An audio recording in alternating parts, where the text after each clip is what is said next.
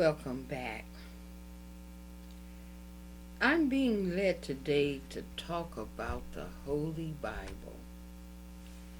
Now, I did this back in 2007, right here on this channel, and it appears that I need to do some of the things I did back then again.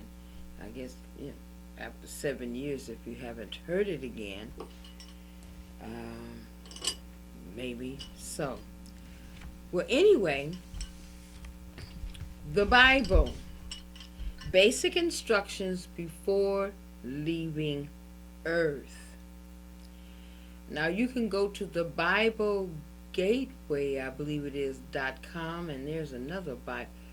Go on the internet now. There's a whole bunch of stuff on there pertaining to the Bible, and you'll be able to do a lot of research. Now, a lot of people don't realize that the Bible was written by many, many, many people. Now, we have been given certain names, that's evident, but we have not put together the totality of how the Bible was put together. And there are many writings from many people all over the world that were not even associated with each other, that had writings that said the same thing, and important writings that they decide to group into various different books or what have you. One of the books was the Bible. Okay? Now, there are a number of sources of the Bible, basically, I guess 7. Now, I hope you have your pencil and papers handy. I'm not going to go through the dictionary or any of these things to define the words that I'm getting ready to give you.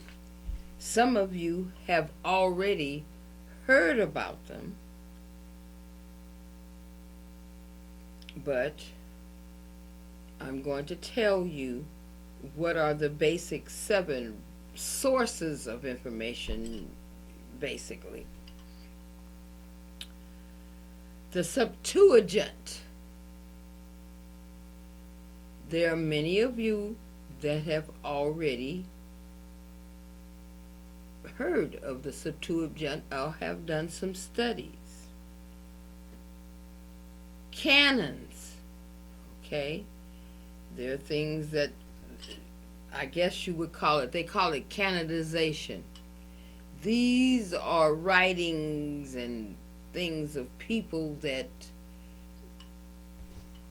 they felt was important enough to keep. I'll put it that way. Now, in your studies, you're going to run into a number of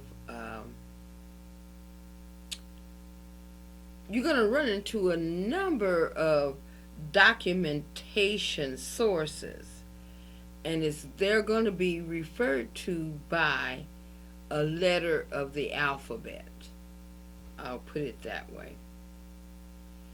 And D, when you run into, while you're doing your studies, if you run into the D, it's the Deuteronomistic code.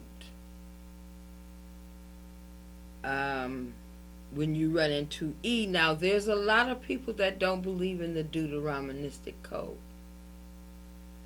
What I will say is that God attempted to talk to a whole bunch of people all over the place, and he had inspired them enough to write down some things, but some of them didn't do all what they were supposed to do with that inspiration that they had received. Many times they decided that they were the God, and that whatever it was that they did, it came directly from themselves. Yeah, ego tripped out. Well, anyway, we have a number of people that were contacted long before Moses. God attempted to give law, and it required that people from all of these sources, there were some that were going to remember what they were taught, and eventually it will be put together. Well, the Deuteronomistic Code were the laws that were to be governed during that time. And in your research, you will see a D. If you see a D, that means that it came from the Deuteronomistic laws or associated with that. We have the Elohist, represented by E, and that's dealing with God, Elohim. Okay? It's letting you know this is about what God said. Okay? And there were a number of people that wrote the same thing about that.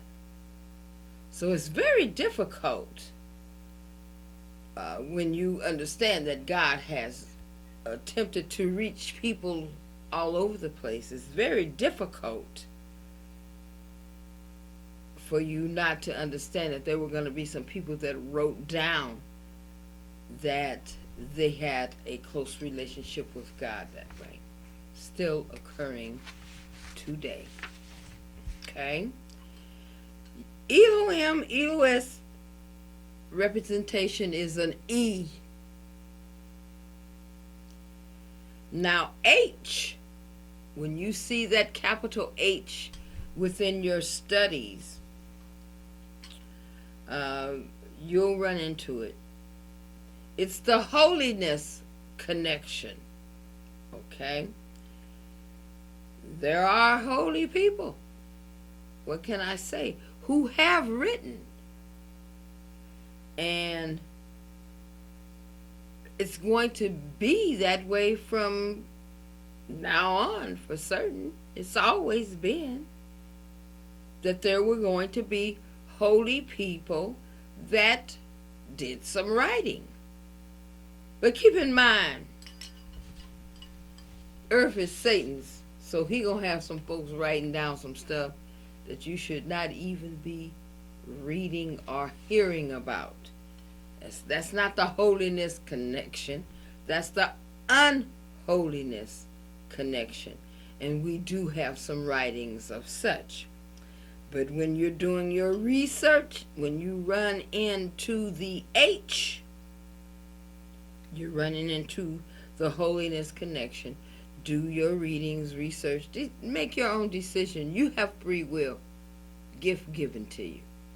Can't nobody take it from you. You give it away. Now, that was 3. No, that wasn't 3. That was 1, 2, 3, 4, 5. Only have 2 more. Yeah, here they are.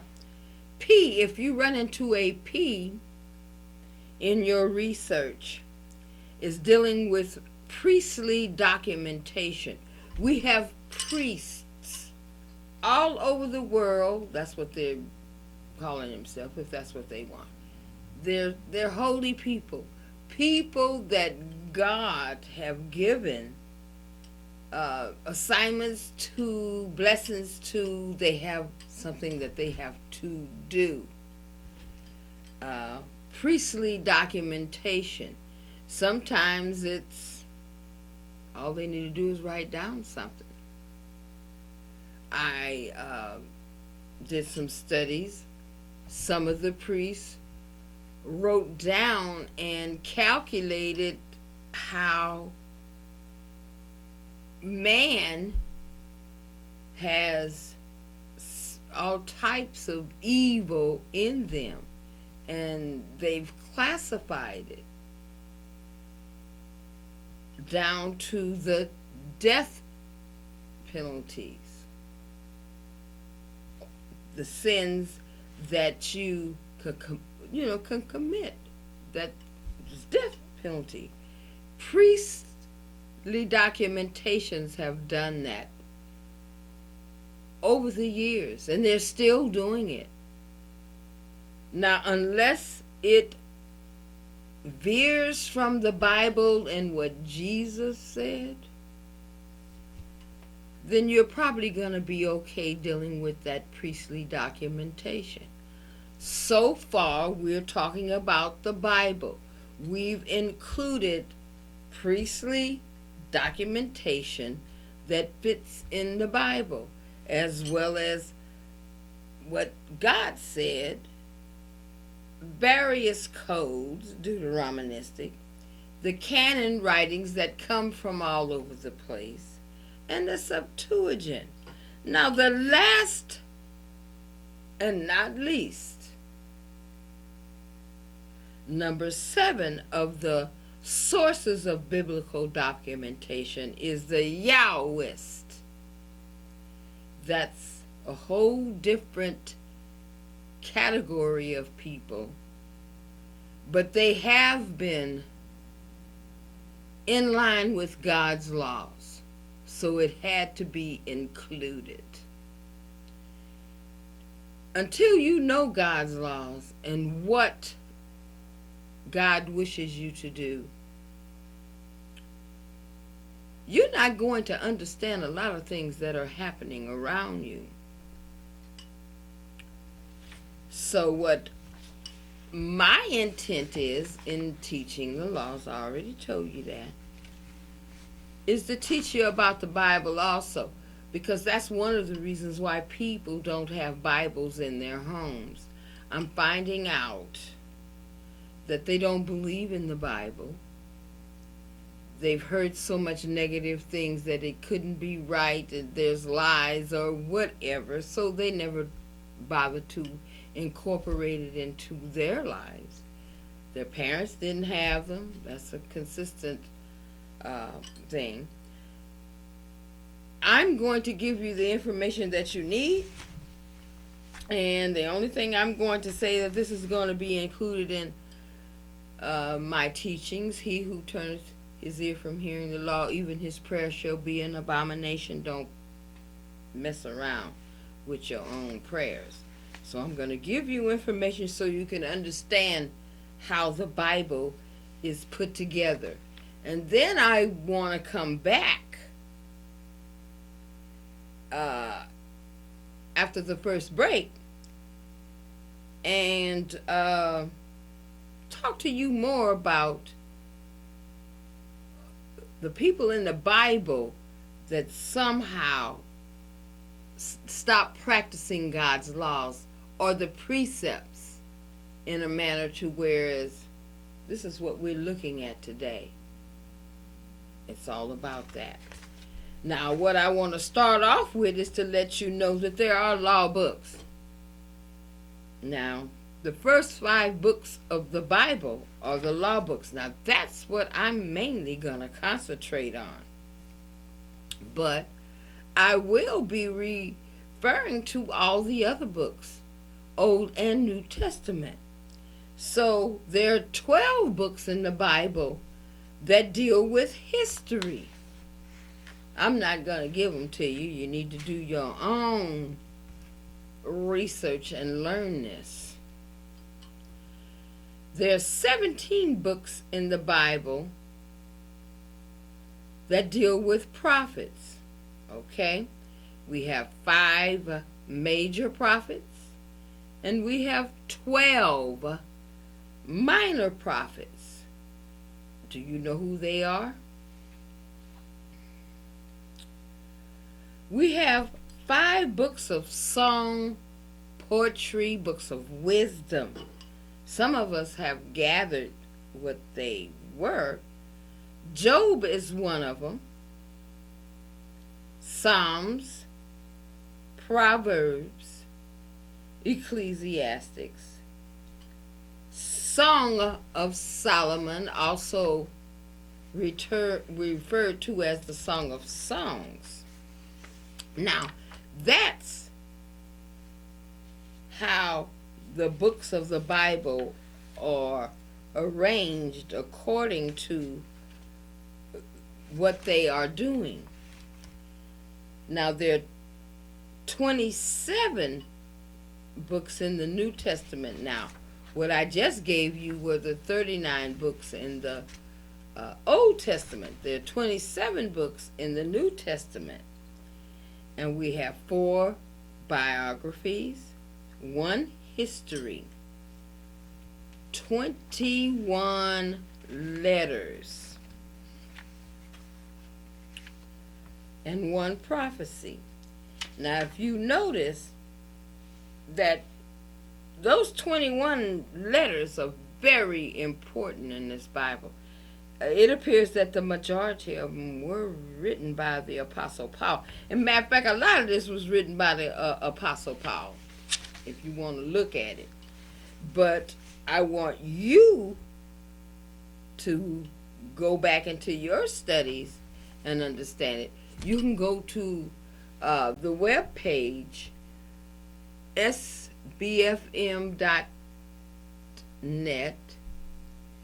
and then the link is the Court of Divine Judgment Ministries. Click that, and you will be able to get the information that I have just given you that you need to read. If you didn't know how that Bible came about. Now, I still want you to understand something about the Bible that you may not have understood. Now, the reason why the world is the way it is today, from the time God gave Moses the laws, is because after Joshua, the laws, all of the laws, which included the precepts, ordinances, anything that was associated in keeping order, they were no longer being taught. 10 Commandments were being taught, but the precepts over the years were decreased. And they were decreased by prophets, kings, not intentionally, and no, they did not change the law. And I don't know if it was laziness or what. But what occurred is, as the years went by, the leaders that had the information to teach, they decreased in the information that they provided. I don't think it was intentional. This is what happens when you're teaching. And then during those days, it could happen even quicker than how it does today. So what I'm going to do is I'm going to take a break, and I'm going to come back and show you biblically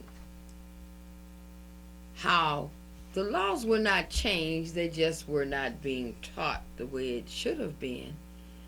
And now we're acting the way that we're acting now. Be right back.